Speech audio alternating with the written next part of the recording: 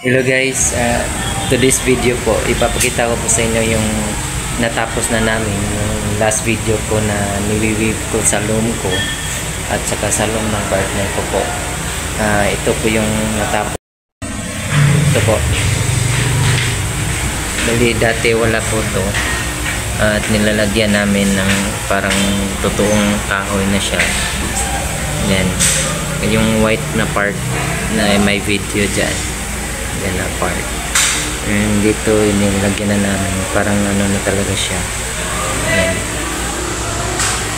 Parang kahoy na.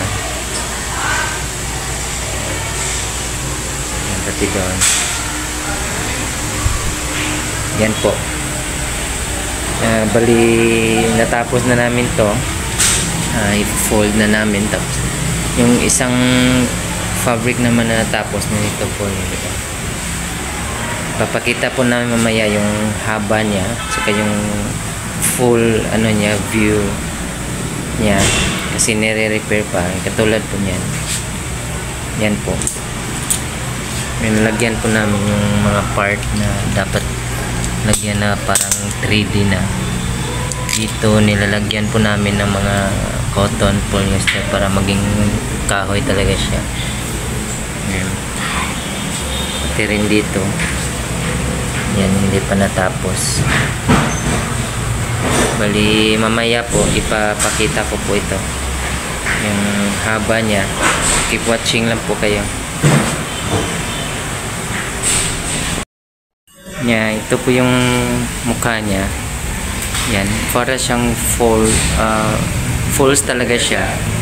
From doon sa top. Bali, isa ko na rad. Isa. Yan. Ganyan po yung mukha niya. And dito parang nagpo-fall na yung water niya. Dito may video. Okay na? Okay yan. Dito i-repair pa namin yan lahat na naka-green. Lalagyan namin ng ganito. Ito rin sa baba. Ito po yun sa baba. Ikaw ang Conoral Playground. Yan po sa baba. I-repair din po namin yan. Bali yung lotus na flower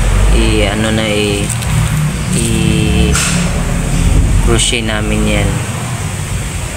Next video ipapakita ko po yung finish product nito, yung art piece na to. And for more video po, sana isa-subscribe at like nyo po yung channel namin for more art piece po na ipapakita namin. So marami pa po kaming natapos.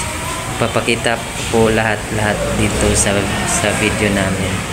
So sana po nakasubaybay kayo palagi po. Please subscribe po and like our channel po. Thank you for watching. Bye. Bye.